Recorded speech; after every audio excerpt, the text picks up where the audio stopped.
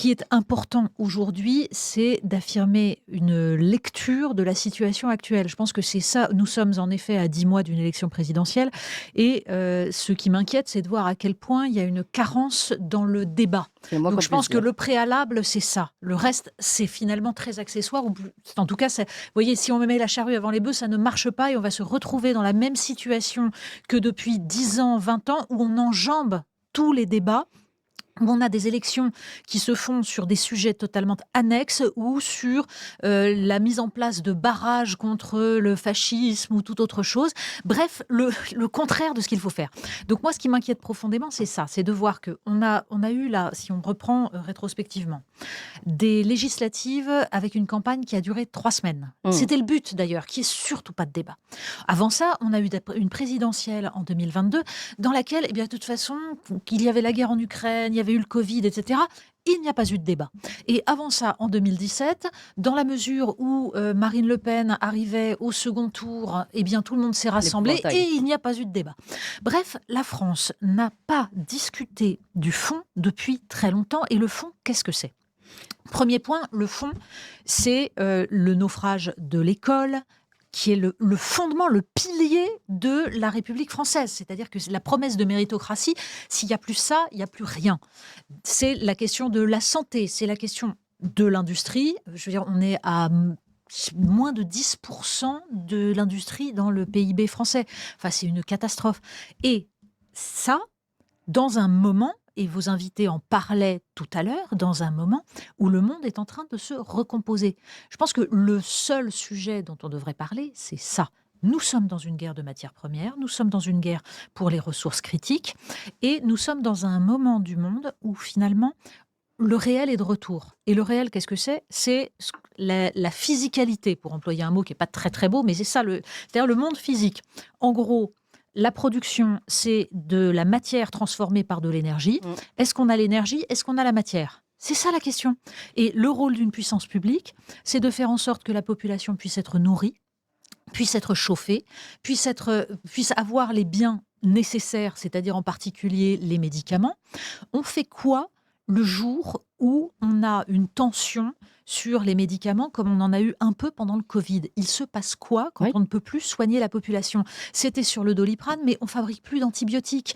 Donc, vous imaginez une pandémie importante et pas d'antibiotiques, pas de quoi soigner si c'est une bactérie virulente. On peut On même fait aller plus quoi? loin, alimentairement parlant. Nos agriculteurs sont aujourd'hui mis à mal et par le système européen, par les accords internationaux et même par maintenant des mesures de répression absolument terribles et coercitives contre nos agriculteurs qui pourtant tentent de faire de la production de qualité. Là où c'est absolument pas le cas, enfin, on n'a pas ce même niveau de qualité au niveau européen et encore moins avec les pays avec lesquels on ouvre désormais grand les portes, notamment l'Ukraine ou d'autres pays d'Amérique latine. Et pourtant, cette souveraineté alimentaire, elle est primordiale. Et si on arrive dans des périodes de conflits, de haute tension, cette souveraineté alimentaire, ça devrait être notre première préoccupation. Non, mais nous sommes dans un cercle vicieux sur la question de l'agriculture et de l'alimentation. C'est-à-dire qu'on a petit à petit appauvri la population par la destruction de tout le tissu économique. Et comme les Français ont des problèmes de pouvoir d'achat, on a une grande distribution qui leur dit: mais vous inquiétez pas, formidable, on se bat pour votre pouvoir Ouais, ouais. d'achat, on fait baisser les prix. Comment font-ils baisser les prix? En se livrant une guerre absolument farouche pour étrangler les producteurs. Et quand les producteurs français ne peuvent pas fournir à des prix suffisamment bas, de toute façon, c'est pas grave. On peut aller chercher ailleurs. Mmh. Et on va chercher ailleurs. Ouais. Je cite dans le livre, l'été dernier, dans mon supermarché de Touraine, je veux des oignons. Les oignons arrivent d'Égypte, d'Australie et de Nouvelle-Zélande. À quel moment vous trouvez normal qu'un été en Touraine, on ait des oignons d'Australie? Je veux dire, en quoi ce système est cohérent d'un point de vue écologique, d'un point de vue économique? C'est une absurdité. Mmh. Mais dans la mesure où ça fait des années qu'on explique aux Français que de toute façon, il faut aller au moins cher, que la nourriture, c'est une variable d'ajustement, que les paysans sont une variable d'ajustement, petit à petit, on a renforcé ce système. Et ce système, il s'appuie sur une dérégulation, une ouverture des frontières. Alors, il faut se souvenir qu'en 96, il y a eu un traité de libre-échange avec le Maroc, par exemple. On a expliqué Et aux vous le paysans rappelez. français, c'est pas grave, vous inquiétez pas, le Maroc On n'a pas de produit légumes. très peu de légumes, Mmh. très peu, rien du tout. Aujourd'hui, tomates, fraises, etc. Tout ça vient du Maroc. Oui, alors ça a commencé par l'Espagne. La France a commencé à être concurrencée par l'Espagne, et puis l'Espagne Concurrence, elle-même meurt voilà, de la concurrence avec le Maroc. Et exactement. toujours un plus Concurrence faible, entre d'abord guillemets. intra-européenne, puis ensuite Oui. extra-européenne. Mm. Donc, le problème, c'est de savoir comment on répond à ça. C'est-à-dire comment on reconstruit un tissu économique, comment on refait vivre. C'est pour ça que j'ai lancé une pétition co-signée avec Arnaud Montebourg, avec des gens très différents d'ailleurs. Arnaud Montebourg, Henri Guénaud, d'accord, mais aussi Jean-Louis Borloo, Pierre Gattaz, qui ont tous signé une pétition pour demander une modification de la Constitution pour permettre la priorité à la production française dans la commande publique. Oui. Pourquoi ? Parce que c'est un élément très précis. La commande publique, c'est 8% du PIB français. Donc c'est un levier gigantesque. Et nous, en France, on a trouvé formidable de tout mettre en place pour que les acheteurs publics ne puissent pas se diriger vers des producteurs français.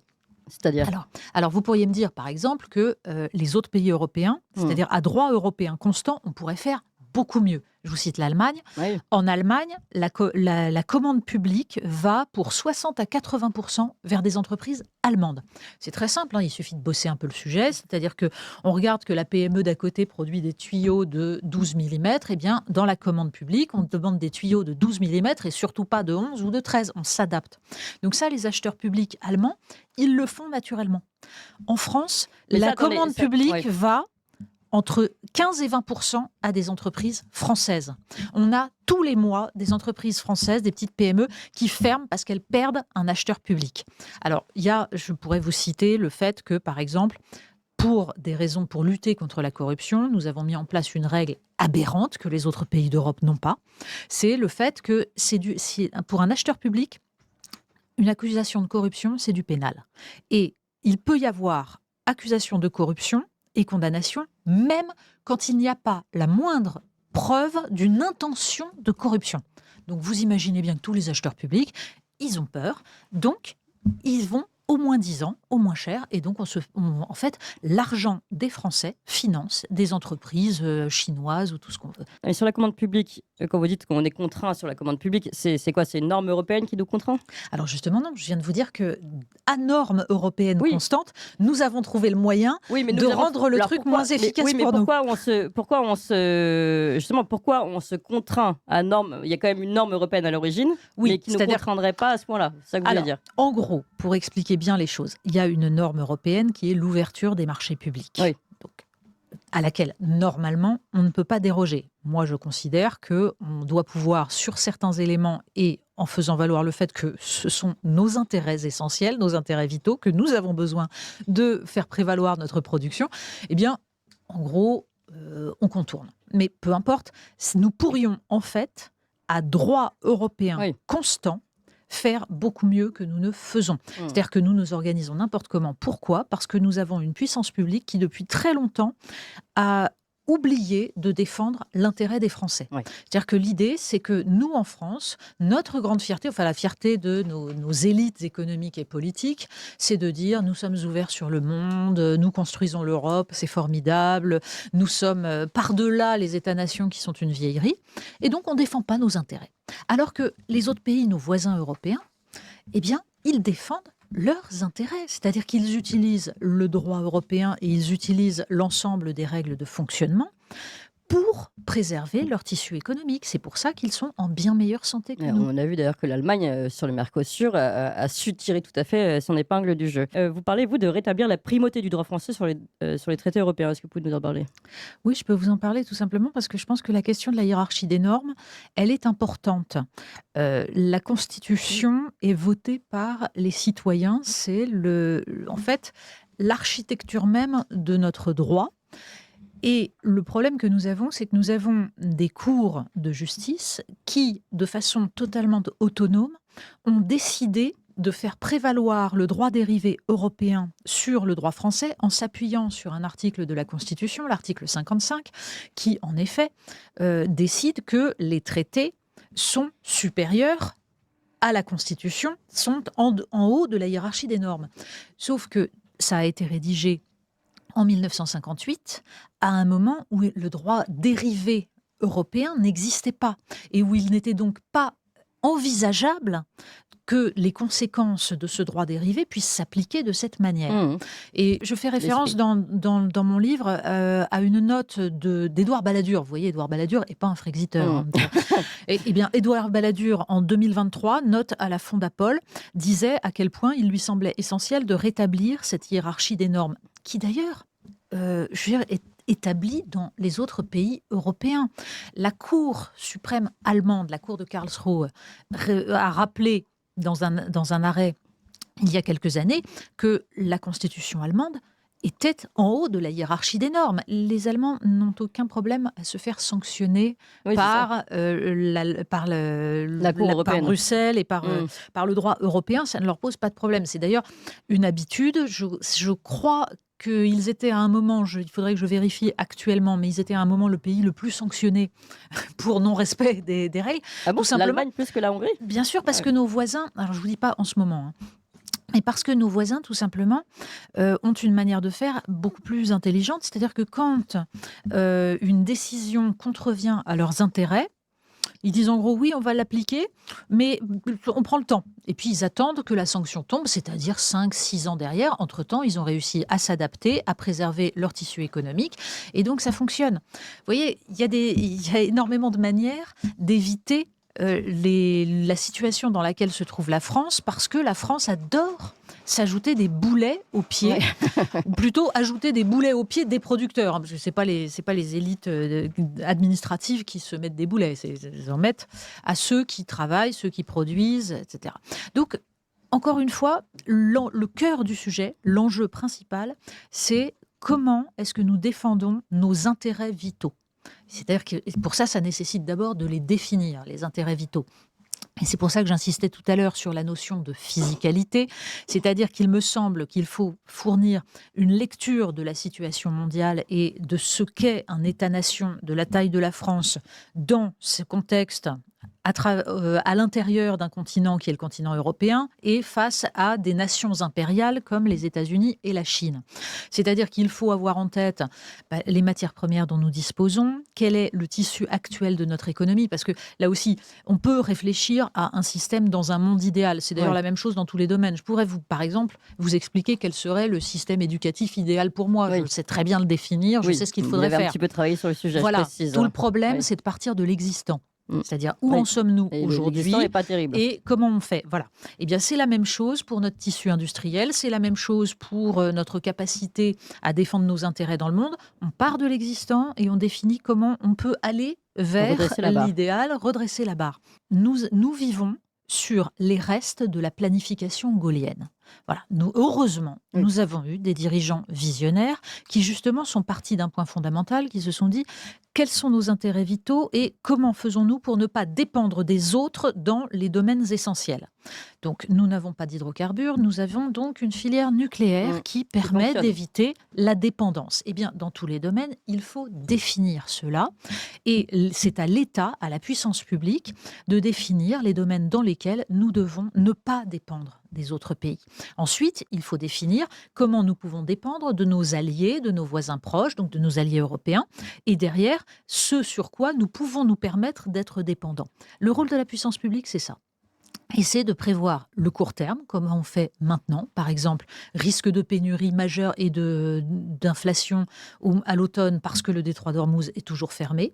Donc, comment on fait pour aider les plus fragiles, ceux qui vont en avoir besoin? Je veux dire, par exemple, les aides-soignantes à domicile, dont l'indemnité kilométrique n'a pas été révisée depuis des années.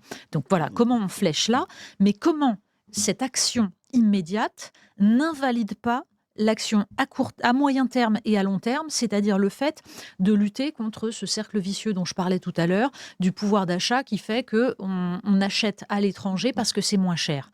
Donc comment on fait pour mettre en place une priorité à la production française, une réindustrialisation, tout en aidant donc les plus fragiles dans un moment où évidemment, eux vont avoir des difficultés. Frexit or not Frexit, c'est la question. Et surtout, beaucoup d'auditeurs me posent cette question pour vous. Finalement, concrètement, est-ce qu'il faut sortir de l'Europe pour y arriver et pour reprendre sa souveraineté ? Concrètement, c'est pas nécessaire. Très sincèrement. Ça n'est pas nécessaire parce que la question, c'est de savoir comment on défend nos intérêts et comment, dans des économies qui sont entièrement imbriquées, on fait en sorte de ne pas provoquer encore plus de fragilité. Donc, ce que j'essaye de vous montrer, c'est que le problème que nous avons, c'est que dans le cadre existant, qui en effet est parfaitement critiquable et dont je connais tous les travers et tous les défauts de constitution et tous les vices, eh bien, dans ce cadre-là, le problème, c'est que nous avons des élites qui ne nous défendent pas, qui ne défendent pas les citoyens français. Donc, la question, c'est que nous arrivons très longtemps après des traités qui ont imbriqué nos économies, qui les ont mises les unes dans les autres, notamment à travers l'euro, mal conçu, mal pensé, surévalué pour notre économie. Sauf que, encore une fois, il faut partir de l'existant. Et moi, j'ai en tête le discours de Philippe Séguin de 1992 expliquant « Attention, c'est un aller sans retour. Si nous y allons, il sera très difficile d'en sortir. » Donc la question première, c'est dans l'état actuel des choses, que pouvons-nous faire pour ne pas nous fragiliser et reprendre la main? Premier point. Il y a en permanence, de la part de la Commission européenne, un abus, c'est-à-dire un non-respect des traités. C'est-à-dire que dans tous les domaines, actuellement, Ursula von der Leyen est en train petit à petit de s'imposer, de grignoter, sans que le Conseil européen ne proteste. La prochaine étape étant la fusion entre la présidence du Conseil européen et la présidence de la Commission, ce qui serait de la part des nations européennes l'acceptation totale d'un abandon. Bon. Derrière, il y a la tentation de faire passer absolument tous les sujets à la majorité qualifiée plutôt qu'à l'unanimité. Or, il est hors de question que la politique étrangère, par exemple, passe à la majorité qualifiée. Pourquoi ? Parce que ce qu'il faut marteler, c'est que la France a une place spécifique en Europe, du point de vue de la politique étrangère. Pourquoi ? Nous sommes la seule nation européenne à vocation mondiale. C'est-à-dire que nous avons des outre-mer, nous avons un domaine maritime partout, et donc nous avons des intérêts qui ne se réduisent pas au simple continent européen. Donc là encore, rien ne nous empêche de faire prévaloir ça. Parce qu'en fait, la politique étrangère n'est pas de la compétence de l'Union européenne. La défense n'est pas de la compétence de l'Union européenne. La santé n'est pas de la compétence de l'Union européenne. Et pourtant, Ursula von der Leyen a signé les contrats Pfizer. C'est pour ça que j'insiste sur un point. Le problème vient avant tout des élites françaises qui ont décidé de ne pas jouer leur rôle, qui ont abandonné leur pouvoir. En fait, ce qu'il faut bien comprendre, c'est qu'il faut être aussi malin que les autres